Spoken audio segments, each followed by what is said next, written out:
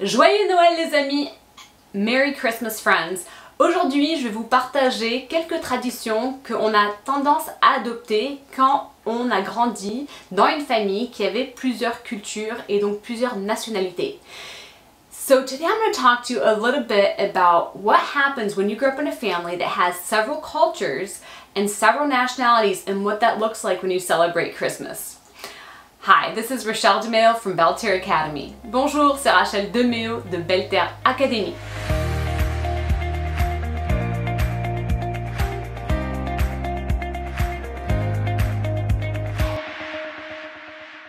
Donc vraiment, je vous souhaite de tout cœur un joyeux Noël et j'espère vraiment que si vous fêtez Noël, eh bien vous recevez toute la joie et l'amour et la paix qu'il y a dans ce monde. So, first of all, Merry Christmas. If you celebrate Christmas, I wish you all the peace, love and happiness that you can find. Et pour moi, c'est un moment très spécial, c'est d'ailleurs ma fête préférée parce que déjà on fête quelque chose d'historique, la naissance de Jésus-Christ, mais également ça me rapporte beaucoup de souvenirs de mon enfance. So for me, it's actually my favorite holiday because first of all, we're celebrating a historical event, the birth of Jesus Christ, but also it brings back to me personally a lot of great memories. Donc, je vais partager un petit peu quelques trucs qui peuvent se passer quand on vient d'une famille qui a plusieurs cultures, plusieurs nationalités, et pour moi, comment ça a été, peut-être que ça va vous parler un petit peu. So I'm going to share a little bit how that displayed for me, and maybe you'll kind of figure out when you grow up celebrating holidays with different cultures and different nationalities, what that looks like. Donc pour moi, pour ceux qui savent, vous êtes presque 6000 à me suivre sur YouTube, et bien vous savez peut-être que du coup je suis née et j'ai grandi dans le sud de la France, mais de parents anglophones. Mon père étant américain, italien et ma mère anglaise. Donc vous voyez déjà un peu le mélange de cultures. En plus de cela, j'étais entourée par plein d'autres nationalités différentes. So, if you've been following my YouTube for a while, and you're almost 7,000 following me on YouTube, you may know a little bit my upbringing, that I was born and raised in southern France by English-speaking parents. My dad's American-Italian and my mother is British from England. But I also, you can already see that that's already a variety of cultures, but I also grew up with a lot of other cultures surrounding me. Et donc, forcément, on avait adopté énormément de la culture française, que ce soit de manger une bûche de Noël très traditionnelle, et la façon même qu'on fêtait un peu Noël était assez à la française, mais on a quand même gardé quelques racines. So the way we celebrate Christmas was a little bit, somewhat the traditional French way, such as we would eat what they call a bûche de Noël, which is like a cake that looks like a log, a Christmas log, and it's delicious cake. So we adopted a lot of that, but we still kept some of the roots that my family had. Donc, du côté, on va commencer par le côté anglophone, de mon père. Et bien, du coup, on mangeait vraiment un grand repas, donc dans ce sens-là peut-être à l'américaine, mais côté italien, on avait toujours le panettone et il y avait beaucoup de petites traditions qu'on avait adoptées du côté du papa. So starting maybe with my dad's side, we definitely had a big meal the American way. And we had a lot of that American culture, but we also had some of the Italian culture that we adopted, such as eating panettone. Donc le matin, très traditionnel américaine, on avait les chaussettes qui étaient bien accrochées sur le mur. On n'avait pas de cheminée, mais on avait comme une espèce de cheminée qui était à côté. Et donc on avait les chaussettes qui étaient bien remplies avec un peu des trucs utiles, des brosses à dents, etc. Et ça, on avait vraiment pris, je pense, plus du côté anglophone américain. So we did have the traditional socks, the socks that you have that you hang up usually by a chimney. We didn't have a chimney, we had more like some kind of a fire stove or whatnot. So we just had them on the wall. They were always filled with a bunch of stuff, like useful stuff like toothbrushes.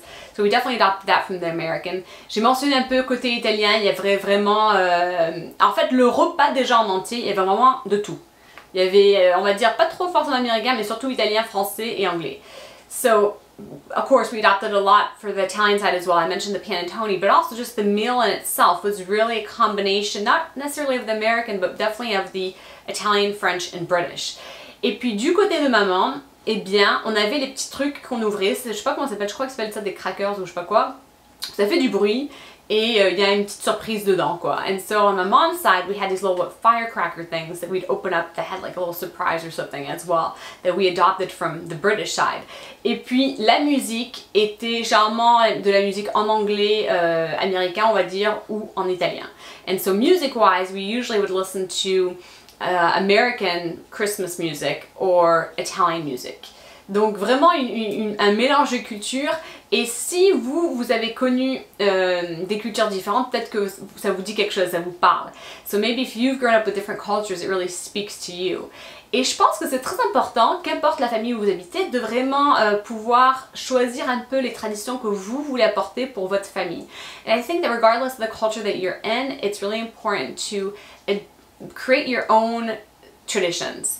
Et moi, c'est ce que je fais exactement maintenant. On a vraiment conservé, je dirais, la façon qu'on fête Noël. C'est, on a côté français, côté américain et un peu côté italien. Désolée pour les anglais.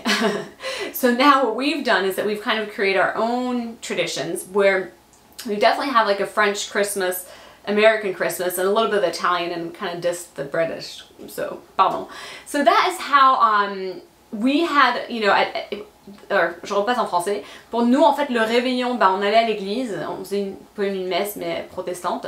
Et puis après, on rentrait à la maison et puis on mangeait un grand repas juste en famille. So for us, what we would do is on Christmas Eve, we'd go to church, it was like a Protestant Christian church, and then we'd come back and have a big meal, just the family. Et on avait le droit d'ouvrir un cadeau et du coup, on parlait un petit peu de souvenirs de Noël. Parfois, on regardait un film ensemble, mais pas toujours. And so then we would be allowed to open one gift usually. And then we would talk about Christmas, the meaning of Christmas, and then sometimes we'd watch a movie, but not always. Et le matin de Noël, on se réveillait toujours les plus tôt, mon frère et moi. J'ai un frère qui a 4 ans et demi de moins que moi. So my brother and I would wake up as early as we could. I have a brother who's 4.5 years younger than me. On réveillait nos parents pour commencer Noël. And we'd wake up my parents to start Christmas. Et du coup, qu'est-ce qu'on faisait? Eh bien, mes parents toujours voulaient lire la vraie histoire de Noël. La naissance de Jésus, donc on prenait la Bible, on lisait l'histoire de Noël et on prenait un petit déjeuner assez simple, des fruits, des trucs comme ça, fruits secs, et puis forcément du panettone. And so what we'd do is that we'd wake my parents up, we'd go downstairs and we would talk and actually read the real story of Christmas, what happened. So we did take the Bible out and read the story of Christmas and understand what went on, why we had breakfast, which it was kind of a small breakfast at that point, just like fruit and of course panettone. Et puis ensuite on avait le droit d'ouvrir nos chaussettes, nos cadeaux, et on en parlait, on faisait chacun son tour pour pouvoir apprécier un petit peu ce qu'ouvrait la personne et de qui ça venait. And so then we were allowed to open up our gifts, open up the socks, and we would take our time to kind of each person open their own gifts so that we could appreciate and value who it came from and take the moment to do that. Et puis du coup on dirait un espèce de brunch qui était assez grand également. So then we had a brunch that was also pretty big. Et souvent, je dirais en milieu, en fin d'après-midi, ben, on allait dans les rues et en fait on allait donner à manger aux SDF, aux sans-abri. Et puis on parlait justement avec les clochards, on leur parlait un petit peu de ce que c'était Noël, on leur apportait des trucs. Et puis ça c'était aussi très très beau aussi parce qu'on redonnait en fait à des gens qu'on connaissait pas souvent, qui n'avaient pas de famille, etc. So then, traditionally, around the mid of the afternoon, end of the afternoon, we would go on the streets and we would find homeless people and bring them stuff, bring them food, talk to them about what Christmas was, bring them something, because a lot of times they were alone, they didn't have any families. Et pour nous, c'était vraiment toujours de bons souvenirs pour Noël.